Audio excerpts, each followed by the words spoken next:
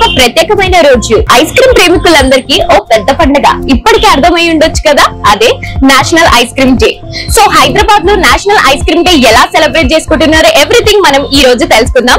ఈ రోజు మనం కుకట్పల్లిలో ఉన్న ఆర్గానిక్ క్రీమరీ బై ఐస్బర్గ్ అయితే వచ్చేసాం. వీళ్ళ flavours and national ice cream day ఎలా సెలబ్రేట్ చేసుకుంటున్నారు ఇవన్నీ తెలుసుకుందాం పదండి.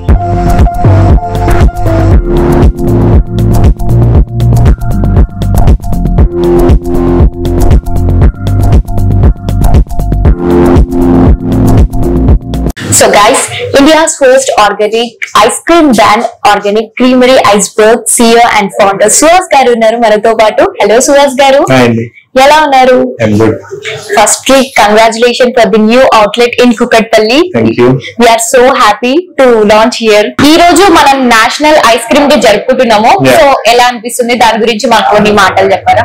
I mean, ice cream అనేది అందరికి చాలా చిన్న చూపు ఉంటుంది అండ్ రెగ్యులర్ F&B లో it's one of the part ఇది.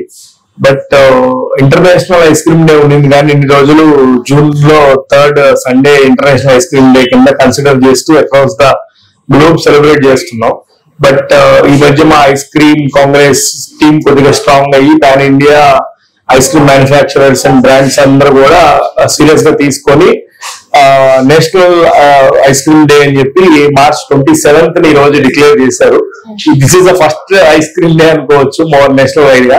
Next every year March 27th ice cream day కింద నేషనల్ గా ఇండియాలో రికగ్నైజ్ చేశారు. So felt happy for that. End of the day అసలు మేము ఐస్ క్రీమ్ అనే సెగ్మెంట్ అనేది కస్టమర్ కి అందరికి జస్ట్ ఒక పార్ట్ అయినా కూడా that's our bread and butter for us అన్నమాట. సో దానికి ఒక రోజు వచ్చింది. Thank you for that.